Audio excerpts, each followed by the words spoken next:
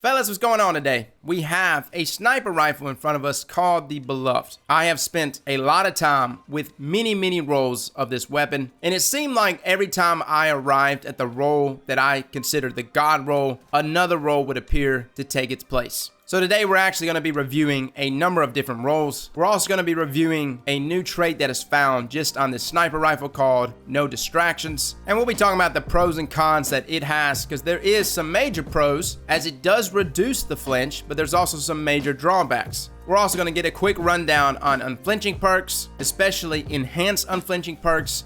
And of course, we'll go over how it pairs with something like No Distractions. First up, let's just go over Beloved on a base level. It is an adaptive frame sniper, meaning it's in that sweet spot between aggressive and rapid fire. For me, it's actually been probably my favorite archetype of snipers. Like if you're a fan of something like Frigid Jackal, Maxim, Shepherd's Watch even, The Long Goodbye, or even Fake Cries Foul, all those snipers are in the same archetype as Beloved here. Now, Beloved has actually one of the best base stats out of all of them, pretty much tied up with something like Frigid Jackal. Now, where Beloved really separates itself is the traits that you can roll on this weapon, but not just the traits, it's actually the combination of traits that really makes this weapon nasty. So let's take a quick look at some of the rolls that I have on my snipers. First up, I've got Quickdraw and Snapshot on one of these Beloved, and it's pretty nasty. I mean, it feels swift, everything is fluid. If I'm coming around a corner and I don't have my sniper rifle out, but I need it out immediately and I need to be aiming down sights immediately, this is the role for that. For many people that like to bounce between last word and their sniper, this is a great role for that. And really the only thing I didn't like about this role is that I got it with a handling masterwork. And there really is no point to a handling masterwork because it conflicts with Quickdraw. Or it doesn't necessarily conflict with it, it just serves no purpose. It's not helping the weapon out,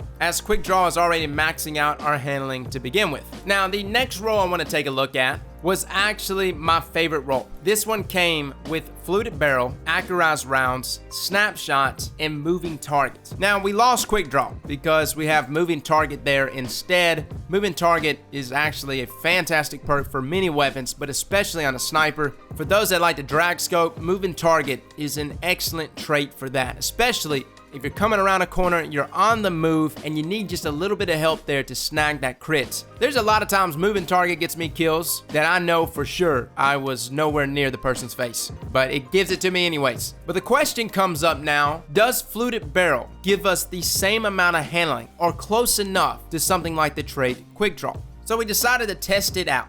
And the draw time for Beloved here with Fluted Barrel was approximately 35 to 36 frames. Now with something like Quickdraw, we actually get down to about 29 frames. So when we actually do like a side-by-side comparison, you can see that the draw time is almost identical. Matter of fact, when we do a side-by-side snapshot, the scope there on the right is just barely showing. And this is right before our Beloved with Fluted starts to even pop up on the screen. Now, when we actually compare this to, say, a full bore sniper, which actually gives us a -5 handling, you can see that the draw time is noticeably slower. Now, it may not look noticeably slower, but when we see the snapshot there, look how much of the gun with Quickdraw is showing before the full bore roll is ever even visible. So the question comes up, with something like Fluted Barrel with a handling masterwork, with this snapshot moving target roll, would that draw time match something like Quickdraw? I think it would here, guys. If anything, it would be close enough. Close enough to justify this roll. And even though I didn't get a handling masterwork on my roll here with moving target and snapshot, the draw time is still just as fast. I don't notice a difference.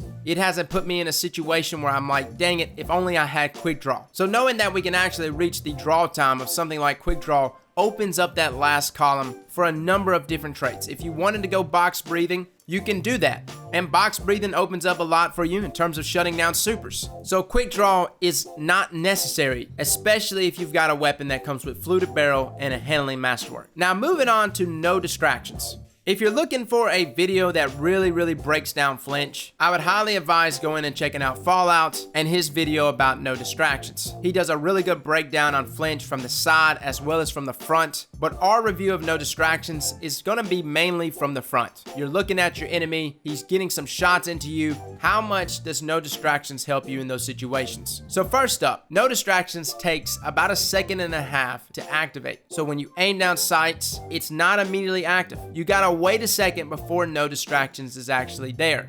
And the text will actually pop up on the bottom left end of your screen. But when it actually pops up, it does what it says it does. It reduces flinch. Now the way it reduces flinch is it doesn't necessarily show the reticle not moving. The reticle is still jumping. But what no distractions is trying to do, as well as other unflinching perks, is that it keeps that gap from where our reticle starts to where it ends up at its highest flinch from being too wide. So again, it doesn't get rid of flinch, it just keeps it from being too spazzy. Now this first set of gameplay is actually me with a simple sniper unflinching perk.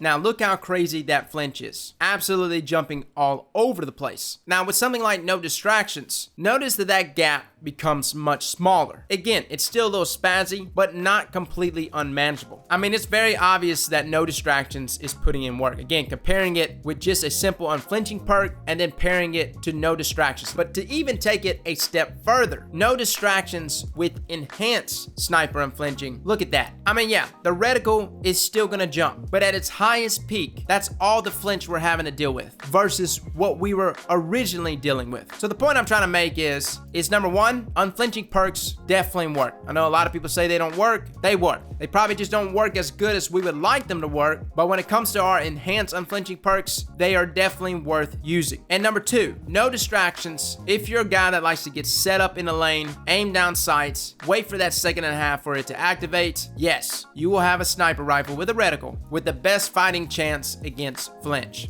especially when you pair it with enhanced unflinching perks. Now, is no distractions a trait worth using over something like snapshot or even other traits in this column? You could choose something like firmly planted. That is a tough one, and I think it's just going to come down to the play style that you like to incorporate when you use a sniper. Like I said, if you like to move around the map a bunch and play aggressively with your sniper and constantly be peeking different angles at all times, no distractions is really not going to aid you all that much. That second and a half is actually a lot of time, especially if you're playing aggressively. If you already know an enemy's there and they're going to be aiming down sights, they're not going to wait for you to get this trait activated and then engage you. No, they're going to pop you as soon as they see you. As soon as you peek around the corner and you're playing aggressively, you're going to be already taking some shots well before no distractions is even activated. But for my players that like to get set up and like to sit in a lane and just pop heads, well then, no distractions can do great for you. Now for me personally, the role that I would be choosing to pair with something like no distractions is probably box breathing. And the reason why I say box breathing is both of these perks activate essentially at the same time. And for those situations where you gotta get a shutdown kill on a super and you know it's coming, these two traits together is perfect. Like even if they have some teammates that are already popping some shots into you, no distractions is fighting that flinch, especially if you've got it paired with enhanced unflinching. And of course, box breathing will grant us the ability to shut down that super. So that's a trait combination that I would really consider. Matter of fact, a really nasty combo would have actually been no distractions and firmly planted. The boost there that you get in accuracy when crouched, and at the same time, the flinch reduction. Unfortunately, these two are in the same column, but that would have been extremely nasty to pair together. Now, circling back to what the god roll should be for this weapon. Again, like I said, it really depends on you and depends on your playstyle. 100% no distractions is a fantastic trait to have on this sniper, especially if you like to get posted up and laying against other players, especially against other snipers. Even if you do take a body shot or something, you'll still probably be able to kill them. But for my more aggressive players, to me, like I said, snapshot, moving target worked fantastically for me. And if you can happen to land snapshot, moving target with fluted barrel and a handling masterwork, that's even better. And as a cherry on top, if you could somehow land it with accurate rounds to boost up your range for those really big maps like Eternity, oh yeah, that would be the role. That's the role that I want, guys, even though I do have a role pretty much identical to that. It just happens to have a range masterwork instead of handling. I'm still probably going to hunt for one with handling. Now for my PvE players, is Beloved a sniper worth using inside of PvE? Well, it does come with 4 times the charm. You can also roll it with something like Field Prep.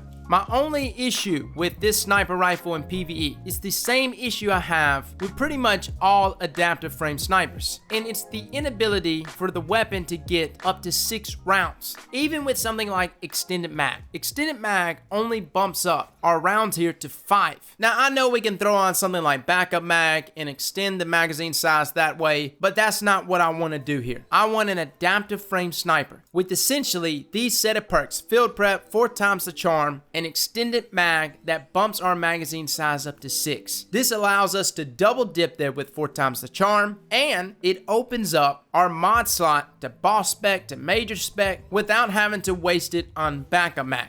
Now, it's not to say the sniper isn't still good. It could have been better, boys. It could have been nastier. I know the day's gonna come. Maxim 2.0 will have the ability to roll 4 times the charm, field prep, extended mag that bumps up our magazine size to 6, and it will be glorious. But until then, guys, we'll just have to settle for 5. Now, for those that are grinding for the sniper rifle, these are the rune combinations. Go get that god roll, man. Fellas and ladies, thank you all for coming and watching, and as always, slap that like button like your mama told you right.